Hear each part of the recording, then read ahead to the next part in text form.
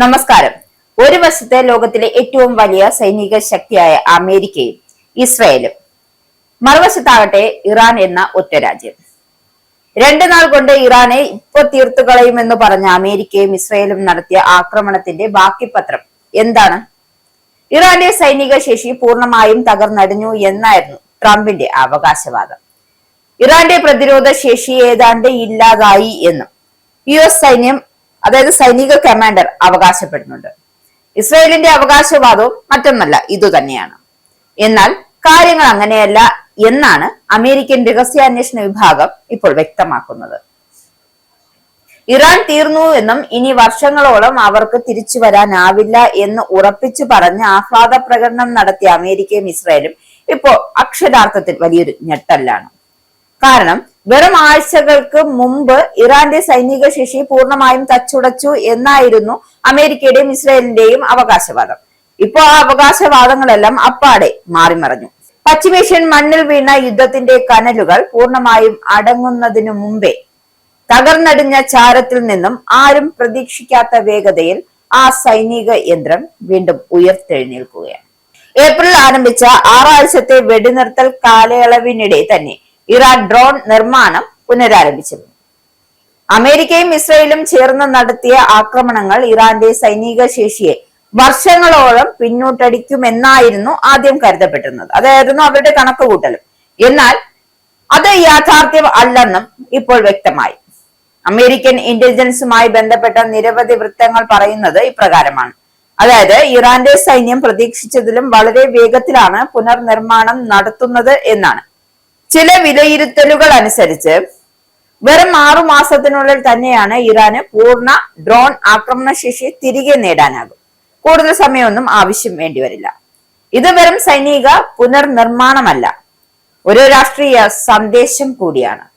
ഞങ്ങളെ തകർത്തു എന്നു കരുതേണ്ട എന്ന ഇറാന്റെ മറുപടി പോലെയാണ് ഈ നീക്കത്തെ കാണാൻ സാധിക്കുന്നത്. അമേരിക്കൻ ആക്രമണങ്ങൾക്കു ശേഷം തകർന്ന മിസൈൽ ലോഞ്ചറുകളും ഡ്രോൺ ഫാക്ടറികൾ, ആയുധ നിർമ്മാണ സംവിധാനങ്ങൾ എന്നിവ വേഗത്തിൽ പുനഃസ്ഥാപിക്കപ്പെടുന്നു എന്നാണ് റിപ്പോർട്ടുകളിൽ നിന്നും വ്യക്തമാകുന്നത്. ഇറാനികൾ എല്ലാ കണക്കുകൂട്ടലുകളെയും മറികടന്നു എന്നാണ് ഒരു അമേരിക്കൻ ഉദ്യോഗസ്ഥർ തുറന്നു പറഞ്ഞത്. അതായത് അമേരിക്കൻ ഇന്റലിജൻസ് കരുതിയ സമയപരിധിയേക്കാൾ വേഗത്തിലാണ് ഇറാൻ തിരികെ വരുന്നത്. ഇതിൽ ഏറ്റവും വലിയ ആശങ്ക ഇസ്രായേലിനും ഗൾഫ് രാജ്യങ്ങൾക്കുമാണ്. കാരണം ഇറാന്റെ ഡ്രോൺ ആക്രമണ ശേഷിയാണ് പശ്ചിമേഷ്യയിലെ ശക്തി സമവാക്യങ്ങളെ ഏറ്റവും കൂടുതൽ മാറ്റിമറിച്ചിരിക്കുന്നത്.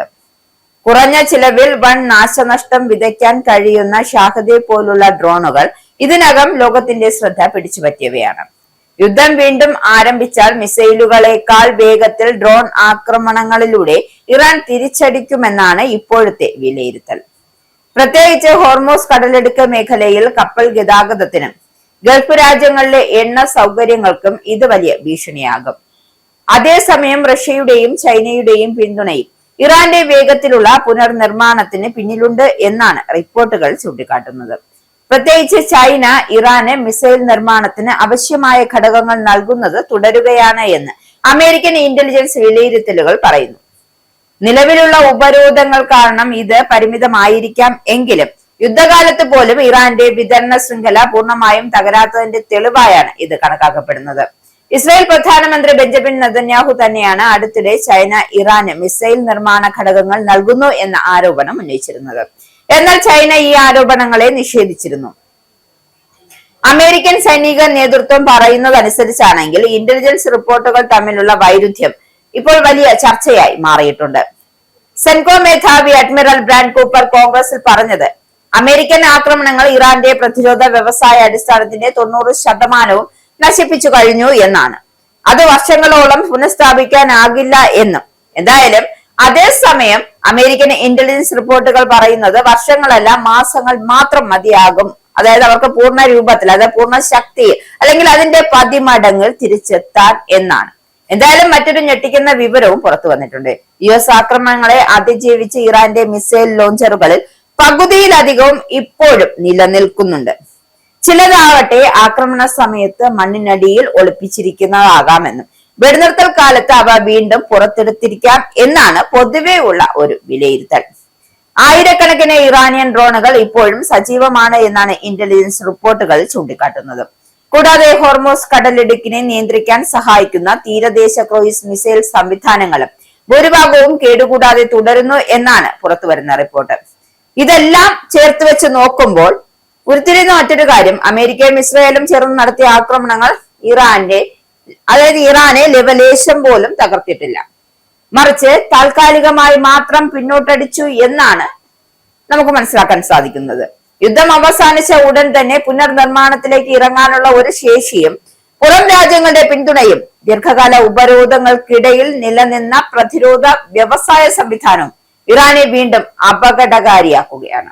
ഇനി ലോകം ഉറ്റുനോക്കുന്നത് ഒരേ ഒരു കാര്യമാണ്, അമേരിക്കയും ഇസ്രായേലും വീണ്ടും യുദ്ധപാതയിലേക്ക് തിരിയുമോ എന്നത്. കാരണം ഈ റിപ്പോർട്ടുകൾ ഒരു മുന്നറിയിപ്പ് കൂടിയാണ്. ഇറാനെ പൂർണ്ണമായും തകർത്തു എന്ന ആത്മവിശ്വാസത്തിലാണ് ഇത്രയും നാള് അമേരിക്കയും ഇസ്രായേലും മുന്നോട്ട് പോയത്. പക്ഷെ അതൊരു തെറ്റായി എന്ന് ഇപ്പോഴാണ് മനസ്സിലായത്. ആ കണക്കൂട്ടലെല്ലാം വെറും തെറ്റായിരുന്നു. കഴിഞ്ഞ 4 പതിറ്റാണ്ടുകളായി ഉപരോധങ്ങളും യുദ്ധങ്ങളും രഹസ്യാക്രമണങ്ങളും അതിജീവിച്ച രാജ്യം വീണ്ടും ചാരത്തിൽ നിന്നും ഉയർന്നു വരാൻ തുടങ്ങിയിരിക്കുകയാണ്. അതുകൊണ്ട് തന്നെയാണ് പശ്ചിമേഷ്യയുടെ അടുത്ത അധ്യായം ഇനി കൂടുതൽ അപകടകരവും അനിശ്ചിതത്വം നിറഞ്ഞതുമായിരിക്കുമെന്ന ആശങ്കയാണ് ഇപ്പോൾ ലോക ശക്തികളെ വിട്ടേറുന്നത്.